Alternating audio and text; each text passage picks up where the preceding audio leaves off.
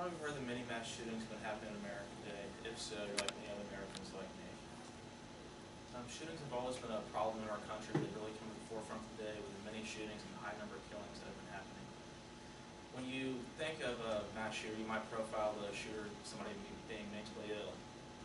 There are many perspectives on whether mental illnesses are connected to a gun problem. My inherent issues involving that are the mental health systems in America, how they have helped some but not others. The regulations we have in place for getting the guns, now there's loopholes around those regulations still. And whether mass shootings are connected to mental health, there's one side of the coin people say yes, they are connected, and the other side people say no, they are not connected. I'm transitioning into my first inherent issue, the mental health systems in America. Under federal law, people have been involuntarily committed because of a mental illness are prohibited from buying guns who are suffering from mental illness. Since the Sandy Hook shooting back in 2012, the databases, like information going back into the government, like for the mentally ill, has since doubled. And because of that, violent crime rate has gone down. And the pro side for that also as well, like we've released people back into society. They can try to find a normalcy to their lives again and reconnect with their families. The con side of that, if you have voluntarily committed yourself to a mental hospital, you can check yourself out whenever you please. So you sort of pretty much give yourself your own green light when you maybe should stay in that hospital or institute longer, but nobody can say otherwise because you can leave on your own free will. And along going with that, there's no accountability, so like you can go back into live your normal life again and nobody keeps track of you or seeing what you're doing.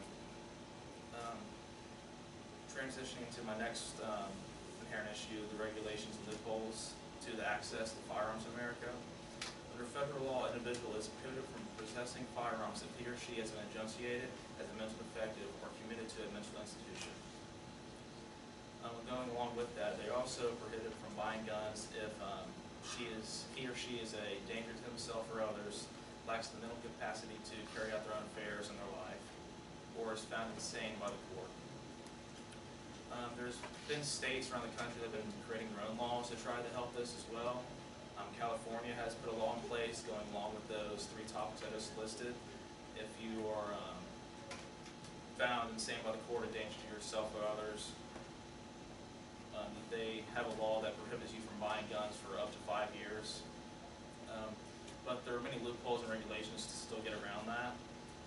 The government has background checks in place for the states to follow, but the states do not have to report that back to the government.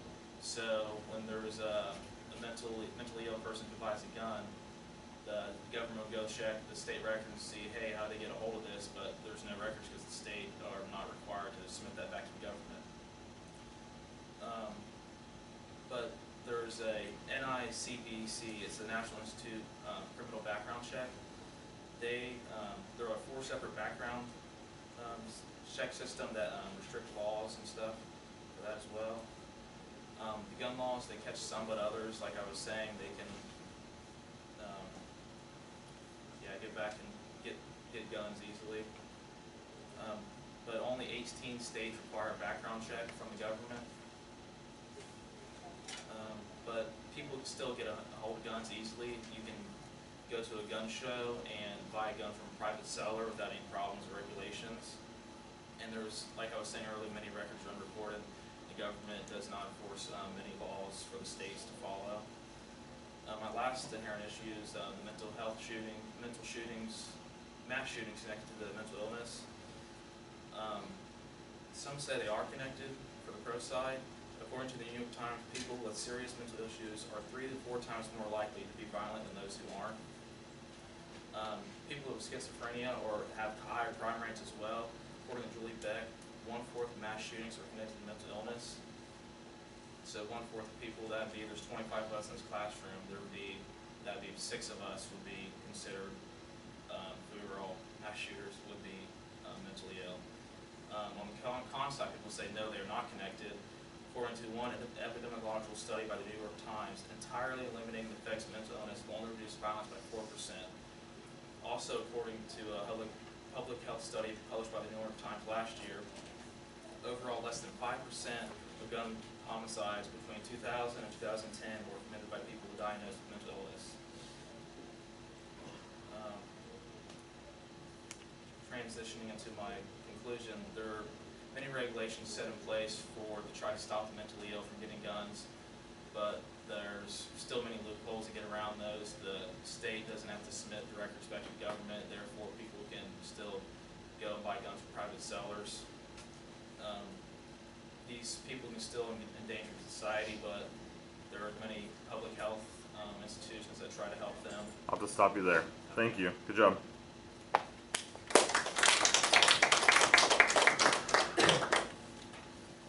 Questions? Yeah. If these loopholes exist and they're kind of endangering the public, why do they still exist? The government just really hasn't, that's what we're working towards right now, I guess you could say. I know this gun control will probably be a big debate topic heading into the next election, so I'm sure that'll be discussed, but I really don't know why they haven't fixed the problem yet.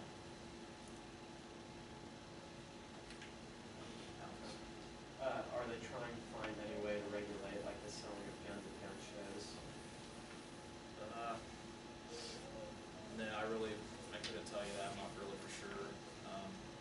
Yeah, people can just go to gun shows and buy it. Like you can just sell a gun to me easily and just be like that. Paperwork filled out or anything, and that. So. Thank you. If the law puts you in an insane asylum, can you still like check out whenever you want? As you said, they get their own room light. Like they don't That's have to if stay you're there. voluntarily committed to a mental institute. So like that's freely checking yourself in. Okay. But like say the court deems you as like insane or mentally ill, like you can't check yourself out till they deem you're safe to get back to the public. And if they deem you, will it like be on your record like forever so they know like this person cannot get a gun? Yes.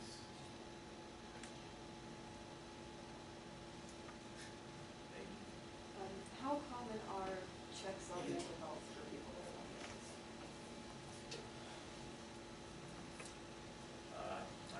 I couldn't tell you. Sorry.